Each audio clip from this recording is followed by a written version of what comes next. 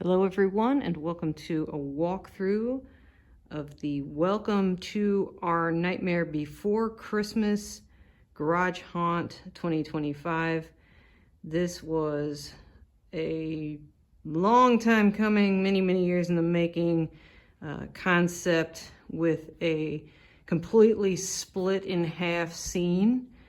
As you can see, Halloween Town over here, a split tree cut down the middle there, and then we have Christmas with the light and the color.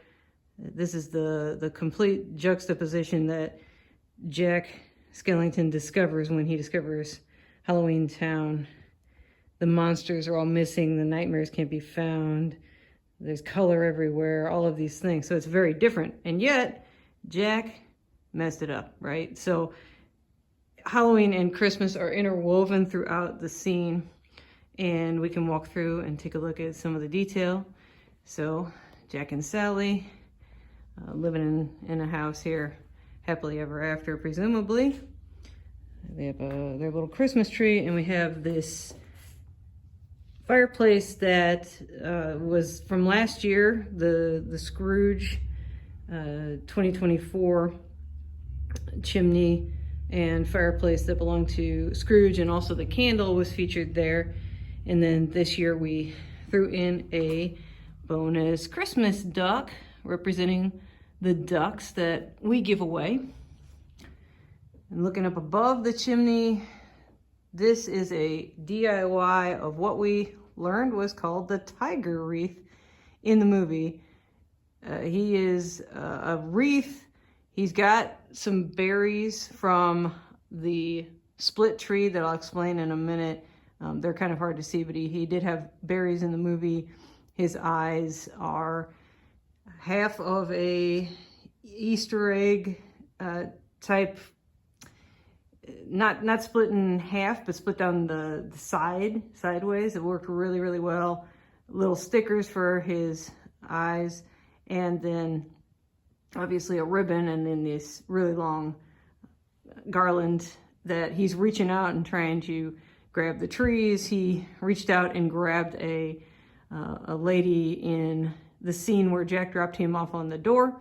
And so he is one of 3 of Jack's delivery scenes represented here.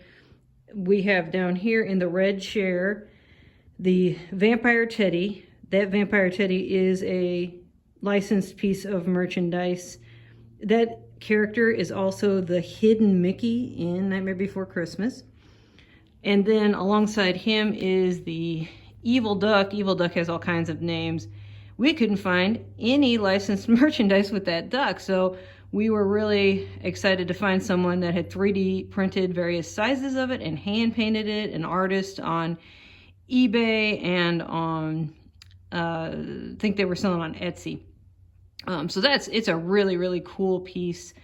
Very excited to be able to get that. The box behind him, which is similar to the box that he arrives, it actually arrives on top of his platform.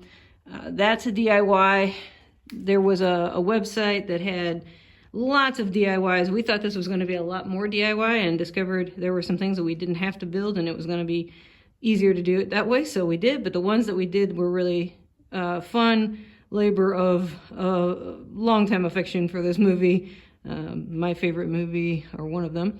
And so that is very much wrapped and ribboned up, very similar to what you'd see in the movie itself. There was also a snake in a different scene that wraps itself around under a Christmas tree, and that obviously is not that snake. It doesn't look very Tim Burton-y. That is a Alice Cooper toy collectible that we found when we went to see him a few months ago, and they were sold out. So we were like, that's it, that's what we need. And so since there's a few items in here that reference Alice and the first song, obviously, and Welcome to Our Nightmare, we wanted to include that.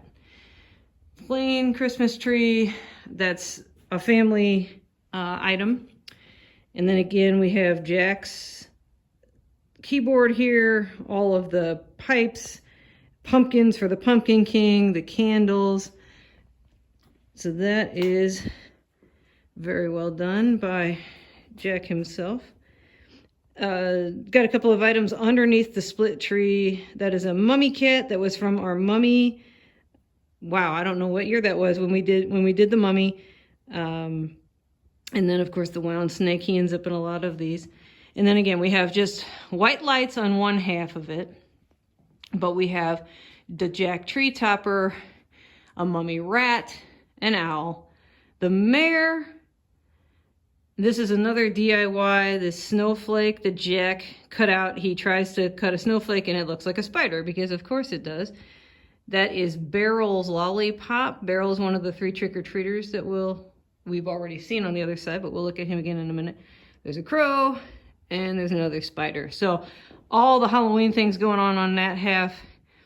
This backdrop was originally used, that's a photo backdrop that was originally used for when we did the Wolfman. That is a spider web we've never used before, but that spider, that large spider in the middle, has shown up before. We have Spiny's box, and Spiny was shipped itself, whatever,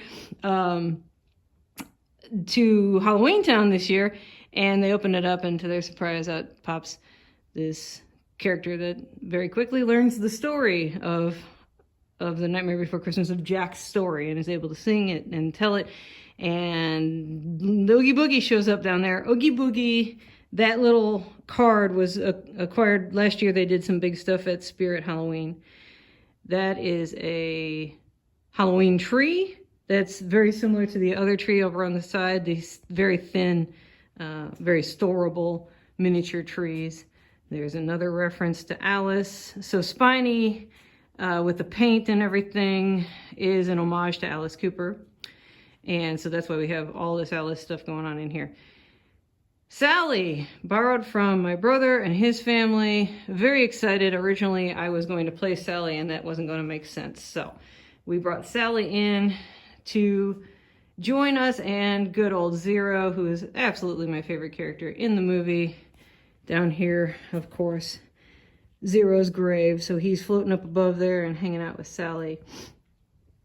The Nightmare Before Christmas licensed gravestone was also from Spirit last year, along with the Oogie Boogie. And then, of course, that gravestone there, that was from last year from Scrooge. So just made a little graveyard with a jack-o'-lantern and a snake and a rat and tarantula there. That turned out really nice. That was pretty exciting. Over here we have our trick-or-treaters. There is Lock, Shock, and Barrel.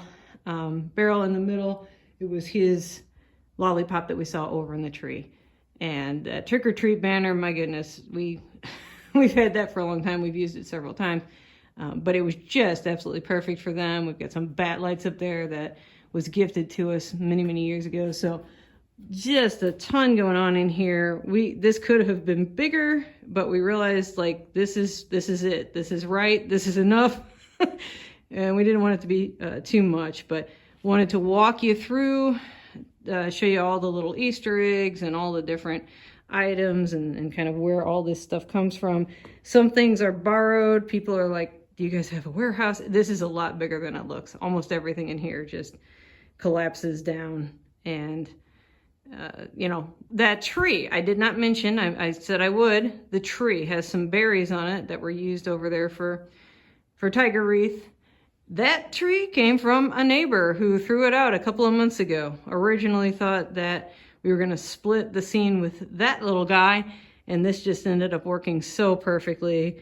The snow came from church maybe 6 years ago. We actually were going to do a version of this in 2000 when the pandemic happened, and it ended up being Halloween in quarantine. So that sort of changed the game and changed the entire everything that we were going to do here. But really excited how this turned out, and this is last looks. We are needing to tear down and get some cars back in the Hallows Garage. So hope you all enjoyed it. Glad everybody who was able to come out could join us, and you will have opportunity to see the full performance that we did, which is a whole nother story of how long that took. But thank you for watching, and again, happy Halloween, and to all a good night.